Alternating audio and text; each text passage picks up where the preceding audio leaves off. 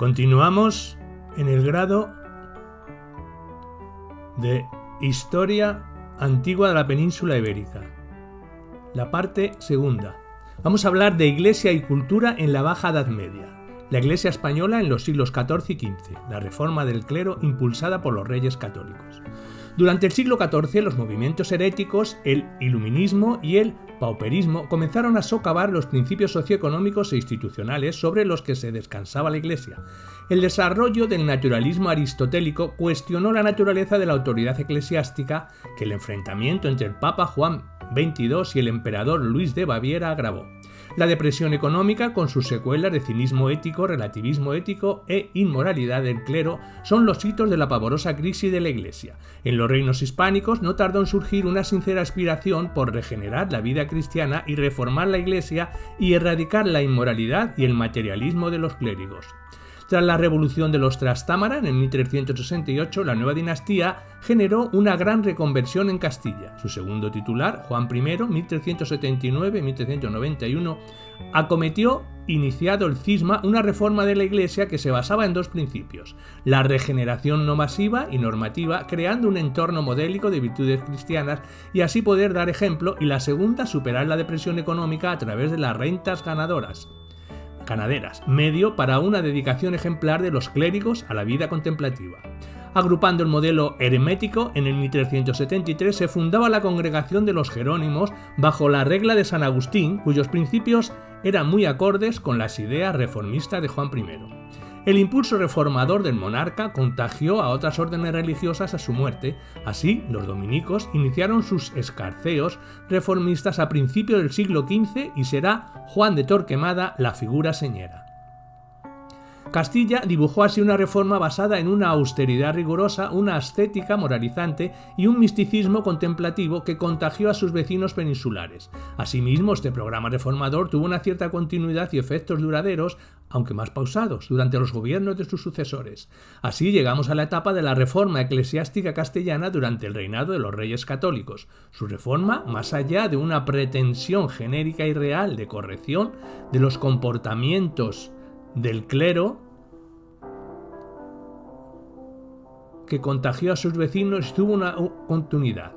Así llegamos a la etapa de la reforma eclesiástica castellana durante el reino de los reyes católicos. Su reforma, más allá de una pretensión genérica y real de corrección de los comportamientos del clero y de la vida espiritual del pueblo, se dirigía a obtener de Roma las facultades para controlar la provisión de beneficios, la lucha por el patronato regio. Con ello se pretendía, por un lado, controlar al episcopado y dotar de eficacia la reforma de la jerarquía y del clero, y por otro, obtener los instrumentos jurídicos que permitieran consumar el proceso de renovación de las órdenes religiosas iniciado en reinados anteriores. Se pretendía obtener dos resultados. Por un lado, los soberanos trataban de controlar, mediante el derecho de presentación de candidatos, el sistema de provisión de beneficios, sobre todo los obispados, y en segundo lugar, y a través de ese control, se buscaba promover una amplia reforma del episcopado. Los efectos deberían reunir cuatro condiciones: ser naturales del reino, llevar una vida honesta y virtuosa, ser letrados y no proceder exclusivamente de la nobleza, lo que restaba poder a este estamento. En este contexto reformador se consiguieron tres logros muy notables: la preeminencia de la justicia real, la exclusión de extranjeros en la provisión de dignidades eclesiales y muy especialmente el comentado derecho de patronato regio.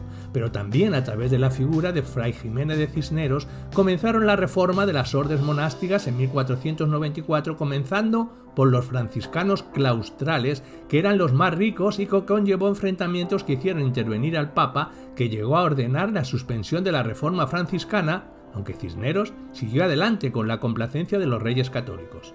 Continuó con las demás órdenes monásticas y benedictinas y cistercienses, y mendicantes, franciscanos, dominicos y agustinos, así como al propio clero secular, pero Cisneros completó la reforma vigorizando el nivel de los estudios y creando la tercera universidad del reino, la de Alcalá de Henares. Al final, la incidencia de la tesis conciliaristas, el afianzamiento político de la dinastía trastamarista y la larga debilidad del papado trajeron como consecuencia, durante el reinado de los reyes católicos, la centralización de la monarquía y el reforzamiento de su control sobre las iglesias nacionales. Hablemos del pensamiento espiritualidad en la Baja Edad Media. La victoria de las Navas de Tolosa tuvo resultados en muchos aspectos y también en el cultural. Al menos durante el siglo XII, los reinos hispánicos aceptaban su conversión en scriptoria de la cristiandad. Hasta mediados del XIV, por su situación de frontera, fueron el escenario perfecto de la rivalidad intelectual y espiritual con los pensamientos hebreo y musulmán. Así, en el siglo XII, la cristiandad se apoyó en el referente clásico volcado en lenguas semíticas, por lo que los reinos hispánicos fueron el lugar idóneo para la traducción e interpretación. Tanto Fernando III como Alfonso X promocionaron la traducción de distintos autores, San Isidoro, Aristóteles, textos bíblicos, creando una compilación de espiritualidad cristiana. Sancho IV siguió sus pasos en la orientación moralizante. Los estados catalano-aragoneses siguieron sus mismos pasos bajo los reinados de Jaime I y Jaime II. La cristiandad comenzó a sentirse más segura con el dominio de los poderes conceptos aristotélicos, y aunque los mendicantes hispanos recibieron plenamente las traducciones, pronto surgieron las dudas en cuanto a la fiabilidad de las mismas. Eso creó una desconfianza que se encaminó hacia la evangelización al reconocer a los judíos y musulmanes como sus oponentes y creerse con la superioridad espiritual. Para ello se creó una obra catequita que reunía los mandamientos, el credo, los sacramentos como base de la moral y fe cristiana. El género hagiográfico también fue muy útil para la imagen del buen cristiano. Para llevar a cabo la estrategia evangelizadora, se procedió al aprendizaje de las lenguas semíticas para poder predicar entre el gran público, aunque con métodos distintos, la controversia con los judíos y la misión entre musulmanes. Hablemos de los saberes. Existe una estrecha relación entre este gusto por la culturalización y el proceso de alfabetización de la sociedad castellana. Se produce un cambio en la sustitución de la transmisión oral por la escrita, y ello va acompañado de una nueva valoración social de conocimiento. El resultado de esa creciente preocupación por la enseñanza es la multiplicación de las escuelas de gramática. Las áreas de conocimiento adquieren un definitivo carácter académico por la eclosión de los estudios generales y por su enfoque pragmático. La investigación se centra en las áreas que más interesaban a las élites: la teología, el derecho, la física, las ciencias medioambientales, astronomía, cartografía, matemáticas y de salud, medicina. En cuanto al derecho, esta disciplina interesaba al papado para afianzar su primacía en la cristiandad o la monarquía, en la génesis del Estado, y a las capas oligárquicas urbanas para los negocios y destacar en la administración. Como eran objetivos distintos, acudían a diferentes fuentes, el canónico y el común. Por un lado, para el derecho canónico fue esencial la obra de Graciano Decretum, siglo XII, que generó un gran número de compilaciones. Al producirse el cisma en Occidente, el Decretum fue referente para las controversias eclesiológicas en torno al conciliarismo. Asimismo, el derecho canónico halló una fructífera fuente en las decretales pontificias, cartas de los papas, que compiladas y refrendadas constituyeron auténticos libros de texto. Será durante los siglos XIV y XV cuando los canonistas hispanos se ocuparán de la superioridad primacial del pontífice sobre el concilio y el emperador. Por otro, de Castilla y León convenció a Fernando III de la necesidad de la unificación jurídica. Esta meta animó la traducción del Liber Ludiciorum como fuero juzgo. Adolfo X publicará el Fuero Real, redactado por romanistas e inspirado en el Fuero Juzgo para servir de fuero en las ciudades y código en los tribunales. Fue la antesala de la irrupción del derecho romano, que halló su continuidad en el espéculo para desembocar en las 7 partidas. La hora legal alfonsina otorgaba a los monarcas la facultad de legislar. Así, Alfonso XI promulgó el libro de las leyes, ordenando jerárquicamente los sistemas legales entonces vigentes. Primero el ordenamiento de Alcalá, 1348, luego los fueros municipales y después las partidas. La evolución jurídica de los reinos hispánicos orientales tendrá un menor protagonismo regio y por ende un menor impacto romanista. En Navarra, regida por dinastías francesas, se esforzó por preservar su identidad mediante la codificación alto-medieval de sus costumbres en el Fuero General de Navarra. Aragón gestó su derecho desarrollando el Fuero de Francos. Tras esto, Jaime I buscó el impulso unificador jurídico de Castilla y encargó a un equipo de jurisperitos romanistas de Bolonia una codificación que alumbró los fueros de Aragón. En cambio, el derecho común penetró pronto en Cataluña por la conexión de los estudiantes y maestros juristas catalanes con los centros de estudios italianos. Así se impulsaron las refundaciones de los USAC, Mallorca pivotó su ordenamiento jurídico sobre la actividad legislativa regia y las costumbres populares. Los fueros valencianos fueron y hubieron de acoger fueros catalanes y aragoneses por la independencia jurídica de sus repobladores según su origen. De las universidades. La cultura medieval se había pasado en el simbolismo de la lectura iónica. Ese analfabetismo explica la vigencia del derecho consuetudinario sobre el derecho escrito. Asimismo, la escritura tiene una función de conservación para un saber clásico considerado eterno, aunque peligroso por su raíz pagana y sus aportaciones judías y musulmanas. La alfabetización y divulgación de saberes se destina a la minoría de los copistas en los scriptoria. La escuela tenía un carácter de taller para aprender técnicas lectoras y escritoras reiterables. Este espíritu animó las escuelas monásticas durante el siglo XII. La ciudad experimenta un renacimiento y protagonismo intelectuales. Por eso, en este espacio surgieron las escuelas catedralicias. En las escuelas se enseñaba el trivium, junto con el canto, doctrina cristiana y algo de derecho canónico. Las órdenes mendicantes fundarán en las ciudades sus escuelas conventuales, cuyo fin principal fue una sólida formación de la teología entre los monjes, especialmente los dominicos, a causa de la vocación misionera de estas órdenes. Este ambiente escolar urbano será el marco originario de las universidades a final del XII y durante el XIII, cuando se constituye una corporación de maestros y alumnos, universitas.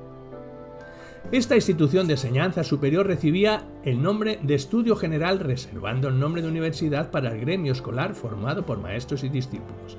El movimiento universitario contaminó precozmente a la península ibérica, pero prestó como caracteres originales el protagonismo impulsor de la realeza, la carencia de sanciones pontificias o imperiales, además la aceptación modélica de los estudios generales de Bolonia y subsidiariamente de la Sorbona. La reglamentación universitaria hispánica tenía como principio prioritario la completa autonomía respecto a la ciudad de acogida y a sus autoridades. El campus universitario estaba exento de la capitación fiscal y de la administración de justicia ordinaria. El sostén económico universitario fueron las tasas y beneficios eclesiásticos junto con alguna rara donación regia. El latín era la lengua vehicular de la enseñanza superior y la enseñanza se organizaba en torno a las cátedras, enseñanza de un conocimiento de que es experto el maestro, y las facultades siendo la menor la de las artes, y las mayores la de teología, derecho y física. No todos los estudios generales tenían todas las facultades, sino que fueron especializándose en alguna de ellas. El estudiante se enfrentaba a una sucesión de grados académicos a lo largo de sus estudios que vinieron a completar la inicial simple concesión de la licencia docencia, originando una auténtica carrera. Después de 3 a 6 años de estudio o un cierto tiempo de docencia o incluso un determinado número de lecciones, el estudiante elegía un maestro y debía mantener con éxito una disputatio, obteniendo entonces el título de bachiller. Logrado este título, tras 3 o 5 años de docencia posterior, un bachiller podía lograr la tutela de un maestro para someterse a un tribunal elegido por el azar, al que exponía 2 temas asignados el día anterior durante 2 horas, y si tenía éxito, lograba el grado de licenciado.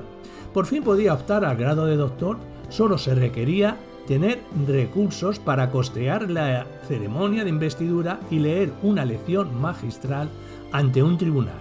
El título tenía como símbolos el anillo, el birrete y el libro.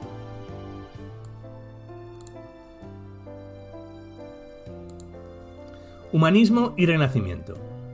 El Estado moderno tiene sus orígenes en el siglo XV y sus creadores fueron los reyes católicos. El humanismo político consistirá en la voluntad de volver a los antiguos para rehacerse y elevarse sobre un nuevo renacer de los presentes. Se trata de aprender las lecciones de la antigüedad para adaptarlas al desarrollo del tiempo presente. La transformación de la cultura nobiliaria. La Guerra Civil Castellana de 1366 al 69 trae consigo 2 fenómenos históricos de la mayor trascendencia de cara al futuro.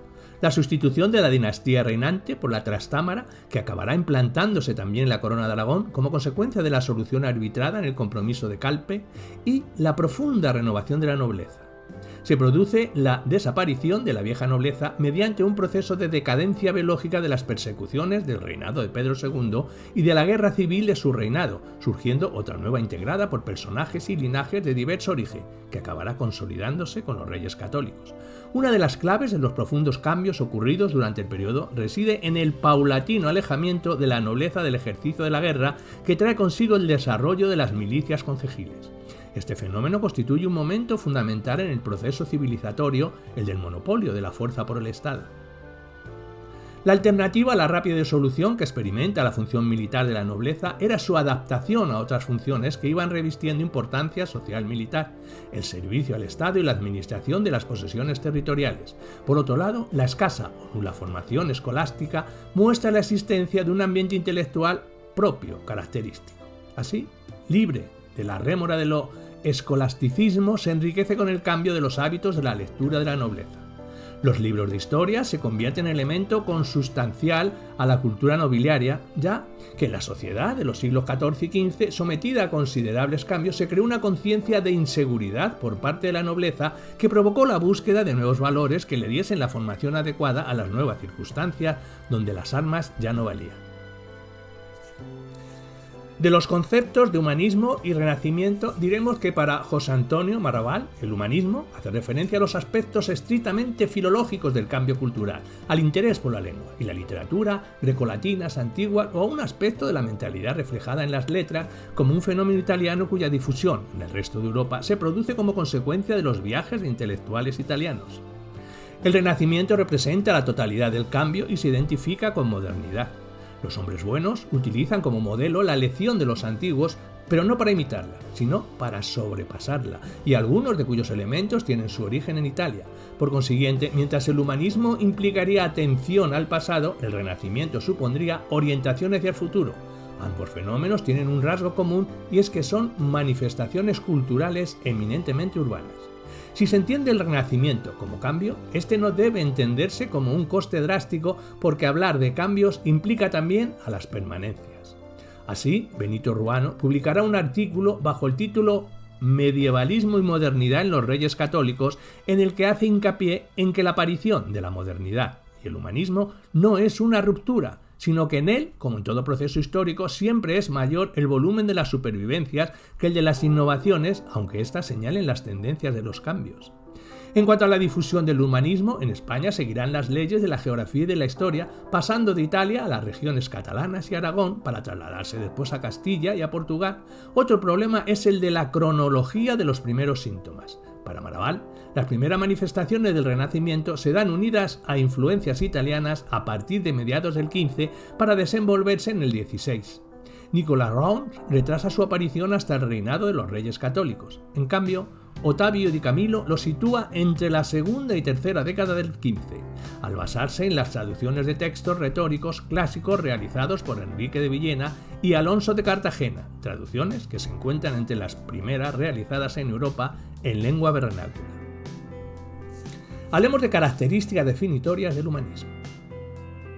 El tópico de la vuelta a la antigüedad no es más que un mito. El problema surge a partir del momento en que la interpretación moderna del Renacimiento se apoya en ese mito, provocando con ello la confusión entre humanismo y Renacimiento, e interpretando esa vuelta a la antigüedad como una asimilación de los modelos literarios y artísticos creados por la misma, que permitiría una renovación del saber y con ella la creación de un nuevo grupo social de distinguidos, los humanistas, esperando de ellos una acción educativa. La explicación posible hoy en día es muy distinta, en el sentido de que el mito es la respuesta a la pretensión de esos hombres de poder contemplarse a sí mismos como nuevos, como modernos, a través de la asimilación del saber antiguo. Por consiguiente, la pretendida revolución mental del Renacimiento no hay que buscarla en lo que se aprendió, sino en lo que se creó con ese pretexto. Más que de un renacer de las letras, se trataría de un renacer por las letras. La antigüedad se convierte así en una cultura históricamente diferenciada y al mismo tiempo, por contraposición, la modernidad experimenta un proceso análogo. Edad Media y Renacimiento se han enfrentado a la herencia del mundo clásico y se hallan unidos como dos fases de un mismo proceso de asimilación de la misma, una primera de arranque y una segunda de incipiente madurez. Son dos actitudes que dejan de oponerse y se convierten en complementarias. una vuelta hacia el pasado y otra vuelta hacia el presente y el futuro. Veneración humanista por la antigüedad y de pasión renacentista por lo nuevo. En el siglo XV, el término antiguo se usa también en una acepción de lo exótico, lo antiguo, recientemente descubierto. Lo desconocido, lo raro, resulta atractivo. La rareza de las cosas, se dice en la Celestina, es madre de la admiración. Ahora bien, la novedad fundamental es la que afecta a la mentalidad, esa actitud de los castellanos que desde el principio del XV empiezan a llamarse a sí mismos modernos. Tiene lugar la sustitución de la preferencia hacia el pasado por la preferencia hacia el presente y el futuro debido a una concepción progresista de la historia. Se instaura un modelo cultural con un proyecto reformista de tipo humanista que espera del cultivo de las letras la reforma de la sociedad y del hombre, dada la incapacidad de todos los estados para alcanzar la felicidad. Otro aspecto a destacar es la recuperación del diálogo, un género que rompe con los métodos escolásticos basados en la discusión en la que se trataba de derrotar al oponente mediante la obtención de conclusiones definitivas, mientras en la conversación se procede de manera gradual a lo que se pretende conocer, que aparece al final como probable y no como seguro. Hablemos de transformaciones socioculturales asociadas al humanismo. La sociedad castellana del siglo XV es una sociedad en plena transformación.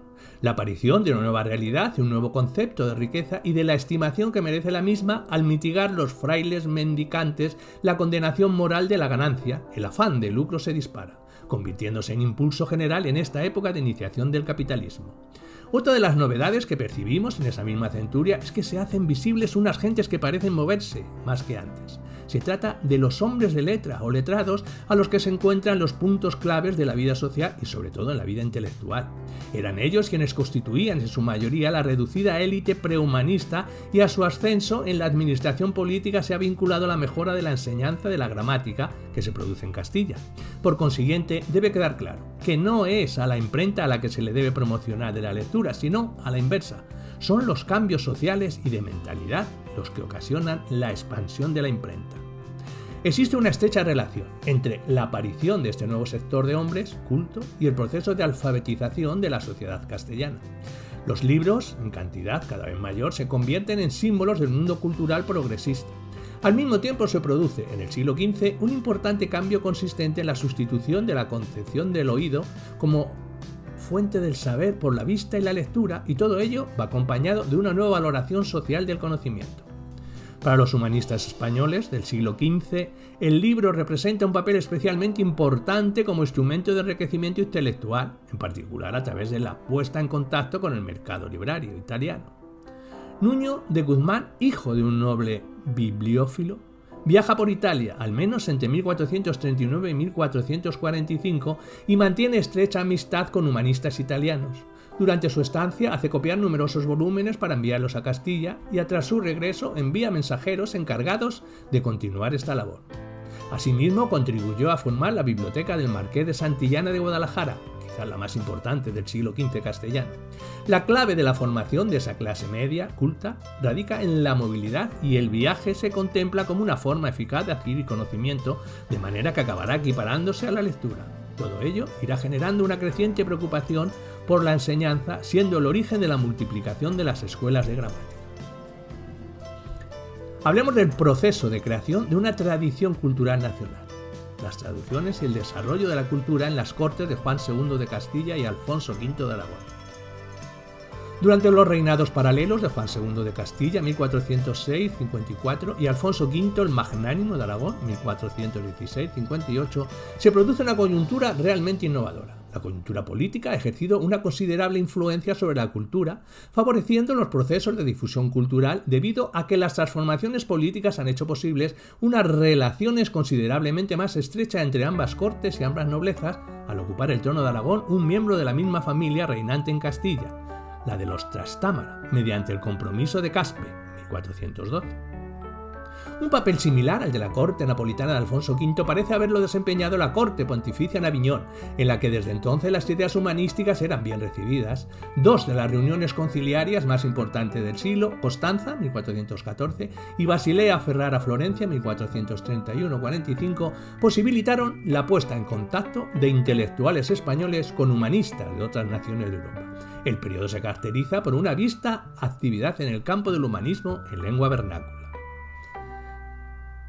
Enrique de Villena, 1384-1434, lleva a cabo una importante labor de traducción, realizando las versiones de la Eneida y de la Divina Comedia a petición de los Marqués de Santillana, así como una obra propia, condenada al fuego por orden de Juan II y de la que no nos interesa, los 12 trabajos de Hércules. Se ha señalado la transformación que experimenta el término cébil en la obra de Villena, al cargarse de su antiguo sentido latino, la cosa pública, y su papel como introductor de la voz, moderno, de la que Dante es probablemente el primero en servirse. Juan de Mena, 1411-1456.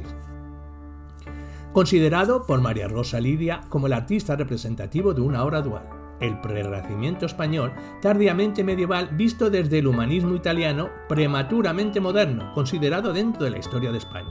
La huella de su estancia en Italia que se percibe en su obra es la conciencia cívica que se revela en El laberinto, reminiscencia de la preocupación ciudadanista de los humanistas italianos. Por otra parte, se advierte la influencia de Dante y Petrarca, así como numerosos italianismos. Alonso de Cartagena, 1384-1456. Obispo de Burgos, es quien introduce en Castilla el primer conocimiento de los humanistas italianos por su asistencia al Concilio de Basilea entre el 1434 y el 40, le permitió entablar relaciones con los humanistas más importantes de Europa. Es en pleno Concilio de Basilea cuando entabla su polémica con Bruni en torno a la traducción de la Ética a Nicómaco, realizado por este, al insistir en que la herramienta básica para cualquier traducción tiene que ser el dominio por el filósofo del pensamiento del autor traducido. Cartagena puso el dedo en uno de los puntos más débiles del programa de los humanistas del Quattrocento temprano, su desprecio hacia los temas técnicos y especialmente hacia la lógica. La influencia en él de las concepciones del humanismo cívico florentino se aprecia en su concepción de la retórica no como un arte para dar vueltas a las palabras sobre un tema, sino de acuerdo con la enseñanza de Cicerón y Aristóteles como un medio para actuar sobre la realidad sociopolítica. El obispo de Burgos había puesto de relieve en sus obras la necesidad de crear un nuevo tipo de hombre. Para él, tanto la educación de la nobleza como la ortodoxia religiosa eran instrumentos poderosos a favor de la monarquía y la centralización. Pongamos un par de ejemplos. Cartagena utiliza las investigaciones de Leonardo Bruni sobre los orígenes de la milicia romana para subordinar la nobleza a la monarquía, subrayando los deberes del caballero hacia el Estado. En segundo lugar, los motivos de la hispanización de Séneca expuestos por él en el prólogo a su traducción sobre la Providencia, en 1431, son claramente políticos y nacionalistas, puesto que su nacimiento en Córdoba se interpreta en el sentido de hacer de él el gran representante clásico de la cultura hispana que pudiese servir para un renacimiento alternativo español de las letras opuesto al chauvinismo y frivolidad nacional italianos. Por consiguiente, de Cartagena arranca un cierto sentimiento anti-italiano propio del humanismo español posterior, y a esta serie de ideas obedece su decisión de escribir muchas de sus obras en castellano y no en latín. De Íñigo Lope de Mendoza, Marqués de Santillana, 1398-1458. Paladín del italianismo y del clasicismo. Es, con Cartagena, uno de los miembros más importantes de este círculo de pioneros del humanismo en Castilla. Se trata del típico político hábil, entregado a las letras, pero un político con una experiencia humana e intelectual muy rica para el momento y la sociedad en los que vive, y de ahí su papel en la introducción de las nuevas corrientes culturales procedentes de Italia en Castilla. Hablemos de humanismo y Estado moderno en el reinado de los Reyes Católicos. El Estado moderno destaca y descansa sobre dos grandes pilares, la soberanía y la burocracia, como manifestación del principio de racionalización política que constituye el eje del pensamiento de los Reyes Católicos. En realidad, son los juristas letrados de la corte los que dan forma a las aspiraciones de los monarcas, y uno de ellos es Juan Lope de Vivero, miembro del Consejo Real, autor en 1504 del Tratado de Beneficis Incuria Vacantibus, en el que formula que los reyes pueden intervenir en materia de provisión de cargos eclesiásticos, su derecho de súplica, en virtud del cual pretende que ninguna elección de obispados se lleve a cabo sin obtener de monarca el consentimiento oportuno, que evolucionará hacia la reivindicación del patronato universal de la corona sobre las iglesias de su reino. El origen de ese derecho lo fundamentan en la costumbre de los reyes godos que fundaron y dotaron las iglesias, y en el derecho de conquista ejercido por sus sucesores sobre las iglesias. Esa concepción de la soberanía intransferible de la corona les lleva a exigir a todo electo para las iglesias de su reino un juramento de fidelidad que tiene un origen feudal. Esta vinculación entre la soberanía y el decidido empeño por controlar la provisión de obispados forma parte de la política de los reyes católicos dirigida a convertir el gobierno aristocrático de Castilla en una monarquía absoluta y centralizada. Se reservaron la función legislativa, espaciaron la convocatoria de cortes y reformaron el Consejo Real. Los consejos que Gómez Manrique, poeta y uno de los más importantes colaboradores de los reyes católicos, dirige en verso a Isabel en 1473, antes del comienzo del reinado, inciden en que no se trata de subordinar la política a la religión, ni la religión a la política, sino de una concepción nueva, en virtud de la cual la vida religiosa de un ser humano, máxime un gobernante, es, ante todo, preocupación por la sociedad, por la cosa pública. Las vicisitudes de su vida estrictamente privada pasan a un segundo plano. En relación con el Estado moderno es preciso formular dos preguntas. La primera, ¿cómo se hace aceptar? El diálogo entre el príncipe y sus súbditos se ha instaurado como uno de los elementos constitutivos del Estado. La segunda, ¿qué relación se establece entre el Estado y el desarrollo cultural de una sociedad? El Estado moderno ha nacido en el contexto de una verdadera revolución cultural que el Estado acelera y alimenta. En estrecha relación con estas dos cuestiones se halla el problema del control de la información. Una de las funciones esenciales del Estado moderno es reunir, explotar, clasificar y difundir la información. El Estado moderno actúa a través de la propaganda, uno de cuyos soportes fundamentales es el libro y la ilustración. Hablemos de la difusión de la imprenta. Los reyes católicos favorecieron la difusión de la imprenta en la corona de Castilla, atrayendo a los impresores, favoreciendo su establecimiento y concienciando los privilegios. La llegada de la nueva técnica a España se produce con escasa anterioridad al comienzo del reinado, y es durante el reinado de los reyes católicos que engloba la llamada época de los incunables entre las décadas 1450-1500, cuando se produce su despegue. Los orígenes de la imprenta en España están en manos de alemanes, y hasta 1477 son ellos los que ejercen el oficio de imprimir en exclusiva, y es en este año cuando aparecen nombres españoles. Será en círculos humanistas en los que se formulen los primeros elogios de la nueva técnica, que en lugar de orientarse hacia el pasado, comienza a orientarse hacia el futuro. La aparición de la imprenta constituye un factor fundamental de consolidación dinámica y el desarrollo del nacionalismo, debido a que la tipografía frenó el cambio lingüístico, enriqueció y estandarizó las lenguas vulgares. Raíces lingüísticas y arraigo patriótico se unieron a partir del momento en que las escuelas de gramática comenzaron a enseñar a leer recurriendo a las lenguas vulgares y no al latín. Hablemos de historiografía y política. En la España del siglo XV, la historia se pone de moda. Esa historiografía se comporta de forma diferente en los distintos reinos. En Aragón se presta poca atención a la historiografía. En Castilla experimenta una verdadera eclosión, motivada por las luchas políticas y por las inquietudes e intereses de la nobleza. Los historiadores vinculados a la nueva dinastía trastámara han procurado evitar el debilitamiento de la institución monárquica inherente a la discontinuidad, dotándola de un aire de continuidad y permanencia y creando una tendencia que recogerán y elaborarán los apologistas históricos de los reyes católicos. Esta transformación tiene mucho que ver con el desarrollo de un nuevo sentimiento político, el patriotismo, que se plasma en la creciente estima de la propia lengua frente al latín. De Juan Margarit, 1421-1484. El cardenal obispo de Gerona desempeñó un papel político como representante del brazo eclesiástico en las Cortes catalanas o como canciller real. Su formación en contacto directo con el humanismo italiano le llevó a ocuparse de la educación, el derecho, la filosofía moral y la historia, pero sus obras pueden dividirse en tratados morales y políticos.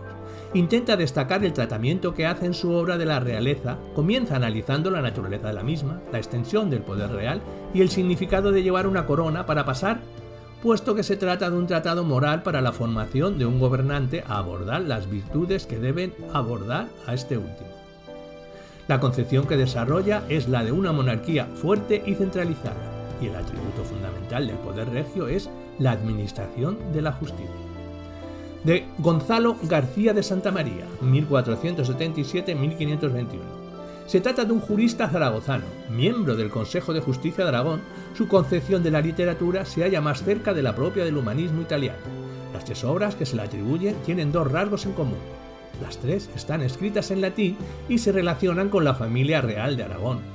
En el árbol de la sucesión de los reyes de Aragón, recuerda que él había sido el primero en escribir a favor de la sucesión femenina en la corona de Aragón, cuando tras la súbita muerte del príncipe Juan, en 1497, los reyes católicos habían exigido a las Cortes de Aragón el juramento de fidelidad a su hija, la infanta de Portugal. Hernando del Pulgar, 1436, no se sabe fijo, 1493. Este abre la serie de cronista de los Reyes Católicos. Fue secretario e embajador de los mismos, escribió una crónica de su reinado que abarca desde 1468 hasta el 90. Su obra más lograda es Los claros varones de Castilla, colección de 24 retratos de personajes de la corte de Enrique IV, que confirma la importancia de la biografía como género historiográfico en el siglo XV castellano. Alonso de Palencia, 1424 al 92. Cronista y consejero de los reyes. Proyecta una gran empresa historiográfica con el título de Gesta Hispaniensia, que comprendía toda la historia de Hispania desde la prehistoria hasta el reinado de los reyes católicos. Su propósito consciente no solo es narrar los acontecimientos, sino explicarlos. Elio Antonio de Nebrija, 1441-1520. De su estancia en Bolonia partió el estímulo para que emprendiera la investigación de la historia primitiva de la península. Con Nebrija culmina el complejo proceso de asimilación de la nueva cultura que surge en Italia y rompe con las tradiciones que anteriormente la dominaban. En realidad, Nebrija no era un historiador. No escribía como historiador, sino como gramático. Sin embargo, fue nombrado historiador real de la Corona de Castilla en 1509 y fue uno de los humanistas que colaboraron oficialmente en este terreno, con los reyes católicos. El interés de Nebrija por la historia antigua de España deriva del hecho de que vivió esa afición cultural con los humanistas italianos y fue extraordinariamente sensible al desdén que estos mostraban por las tradiciones culturales de España. En conclusión, su obra, como historiador, gira en torno a 2 ejes, el de los propios monarcas y el de Hispania.